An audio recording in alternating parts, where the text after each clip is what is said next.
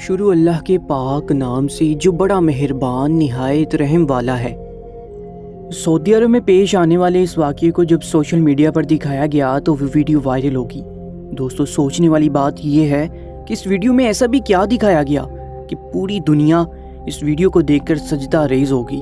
آج ہم آپ کو اسی ویڈیو کی اصل حقیقت سے آگاہ کرنے جا رہے ہیں، جس کا آخری نقطہ بہت ہی کمال کا ہے، جسے دیکھنے والوں کو 1400 سال پہلے گزرے واقعات یاد آنے لگیں گے۔ دوستو، اس واقعے نے آپ صلی اللہ علیہ وآلہ وسلم کے دور میں گزرے ایک واقعے کی یاد کو تازہ کر دیا۔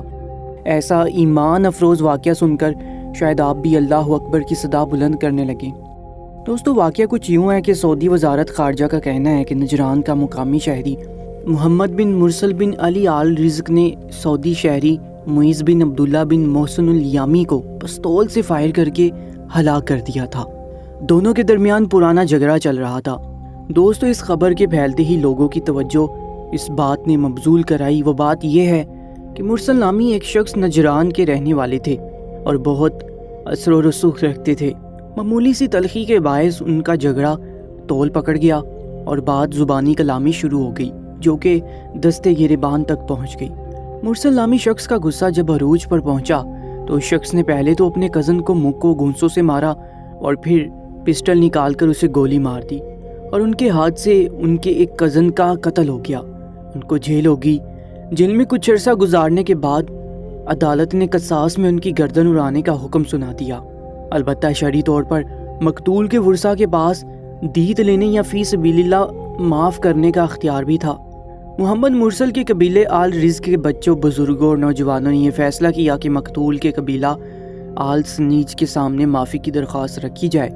وہ چاہیں تو دیت لیں، وہ چاہے تو معاف کریں۔ دیت وہ مال ہے جو کسی کو قتل کرنے یا بدن کے کسی عضو کو کاٹنے یا بدن پر زخم لگانے سے کسی فرد یا اس کے وارث پر واجب ہوتی ہے۔ مرسل نامی شخص کے ورثاء بھی یہی چاہتے تھے کہ معاملے کو دیت کے ذریعے ختم کر دیا جائے، اس لیے انہوں نے مخالف پارٹی کے سامنے اپنی درخواست پیش کی۔ یہ درخواست رکھنے کا جو انداز تھا، یہ اتنا منفرد تھا، یہ اتنی عاجزی اور فریاد لیے تھا کہ پورے عرب میڈیا کا یہ موضوع بن گیا۔ محمد بن مرسل کے قبیلے کے چھوٹے بڑے بزرگ بچے سب مقتول کے دروازے پر پہنچ گئے۔ مقتول کے ورثاء کو بلایا گیا۔ ان کے سامنے قبیلے کے سرداروں اور شیخوں نے، جوانوں اور بچوں نے اپنی اقالیں، چادریں، لمبے جبے اتار کر مقتول کے ورثاء کے قدموں میں رکھ دیے اور گھٹنوں کے بل ان کے سامنے بیٹھ کر معافیاں مانگنے لگے۔ جو چادریں، جبے ان لوگوں کے نزدیک عزت سمجھی جاتی تھی، انہوں نے عزت اور فخر سمجھی جانے والی چیزیں اور اشیاء اتار کر مقتول کی چوکھٹ میں رکھ دی۔ اپنی چادروں سے گھٹنوں کو باندھ کر زمین پر لیٹ گئے، اپنے سروں پر مٹی ڈالی اور ہاتھ جوڑ کر التجا کرنے لگے۔ شاعروں نے معافی پر قصیدے پڑھے۔ مقتول کے ننھے بچوں نے یوں معافی کی استدعا کی کہ جگر کٹ جائیں۔ وہ روتے ہوئے اپنے ننھے منھے ہاتھ جوڑ کر معافی کا طلبگار بنا ہوا تھا۔ وہاں موجود بہت سے رئیس بزرگوں نے مقتول کے ورثاء کے سامنے جو اور جتنی چاہیے دیت کی پیش کی۔ پورا سعودی عرب بول پڑا کہ معاف کیا جانا چاہیے۔ اس بات پر بہت شور اٹھایا گیا۔ مقتول کے ورثاء کو معافی کے لیے مجبور بھی کیا گیا۔ شریعت نے دیت اور معافی کا آپشن بھی تو رکھا ہے، لیکن مقتول کے ورثاء نے نہ تو معاف کیا اور نہ دیت پر راضی ہوئے۔ ان کا کہنا تھا کہ انہیں انصاف چاہیے۔ چنانچہ 3 دن پہلے 20 ستمبر کو نوجوان محمد بن مرسل کی گردن قصاص میں اڑا دی گئی۔ یہ پہلا قتل تھا جس کے لیے پورے ملک میں مغفرت کی دعائیں ہو رہی ہیں۔ لوگ اس شخص کی گردن اڑانے پر مغموم ہوئے ہیں۔ لوگ ہمدردی کا اظہار کر رہے ہیں، لیکن دوسری طرف قانون اپنی جگہ کتنا مضبوط ہے کہ سب کچھ کے باوجود نافذ ہوا۔ سعودی عرب کے نجران ریجن میں حکام نے ہموتن کے قتل کا الزام ثابت ہو جانے پر بدھ کو سعودی شہری کو عدالت کے حکم پر موت کی سزا دی ہے۔ پولیس نے ملزم کو گرفتار کر کے عدالت میں پیش کیا۔ عدالت نے قتل کا الزام ثابت ہونے پر موت کی سزا سنائی تھی۔ وزارت داخلہ کے مطابق اپیل کورٹ اور پھر سپریم کورٹ نے سزائے موت کی توثیق کی تھی، مگر ایوان شاہی سے عدالتی فیصلے پر عمل درآمد کا حکم جاری ہو جانے پر بدھ 20 ستمبر کو سزائے موت دی گئی۔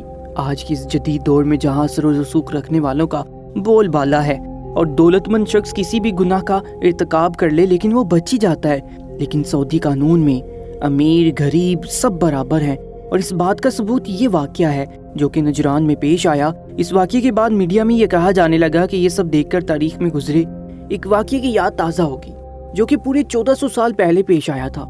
وہ واقعہ کچھ یوں ہے کہ بنو مخزوم کی ایک عورت تھی جو لوگوں کا سامان بہانہ بنا کر مستعار لیتی اور پھر اسے دینے سے انکار کر دیتی۔ ایک مرتبہ اس نے زیور مانگ لیا اور پھر اس کا انکار کر دیا۔ تفتیش پر سامان اس کے پاس پایا گیا، چنانچہ اس کا معاملہ نبی صلی اللہ علیہ وآلہ وسلم تک پہنچا تو آپ صلی اللہ علیہ وآلہ وسلم نے اللہ تعالیٰ کی حد کو نافذ کرنے کا عزم کر لیا، یعنی اس کے ہاتھ کو کاٹنے کا۔ وہ عورت شرف و منزلت والی تھی اور اس کا تعلق قریش کے ایک معزز گھرانے سے تھا۔ اس ناطے قریش اس عورت اور اس پر نافذ ہونے والے فیصلے کے متعلق فکر مند ہوئے۔ انہوں نے آپس میں مشورہ کیا کہ اس عورت کے سلسلے میں کسی کو نبی کریم صلی اللہ علیہ وآلہ وسلم تک رسائی کا ذریعہ بنائیں اور وہ اس کے بچاؤ کے لیے آپ سے بات کرے۔ انہوں نے اسامہ بن زید سے زیادہ مناسب کسی کو نہیں پایا کیونکہ وہ نبی صلی اللہ علیہ وآلہ وسلم کی چہیتے تھے۔ چنانچہ اسامہ رضی اللہ تعالیٰ عنہ نے آپ سے اس سلسلے میں گفتگو کی تو آپ صلی اللہ علیہ وآلہ وسلم غصہ ہو گئے اور اس بات پر اسامہ کی تنقید کرتے ہوئے فرمایا کہ کیا تم اللہ کی حدود میں سے ایک حد کے سلسلے میں مجھ سے سفارش کرتے ہو؟ پھر آپ صلی اللہ علیہ وآلہ وسلم لوگوں کے بیچ کھڑے ہوئے اور خطبہ دیا تاکہ اس قسم کی سفارش کے نقصان کو لوگوں پر واضح کیا جا سکے، جس کی وجہ سے اللہ کی حدود کے نفاذ میں رکاوٹ پیدا ہو۔ اور چونکہ موضوع ان میں سے بہت سے لوگوں کے لیے اہمیت کا عامل تھا تو آپ نے لوگوں کو خبردار کیا کہ تم سے پہلے کے لوگوں کی ہلاکت کی وجہ دینی اور دنیاوی اعتبار سے یہی تھی کہ وہ اللہ کی حدود کا نفاذ کمزور اور فقیر لوگوں پر کرتے تھے اور مالدار اور طاقتور لوگوں کو چھوڑ دیتے تھے۔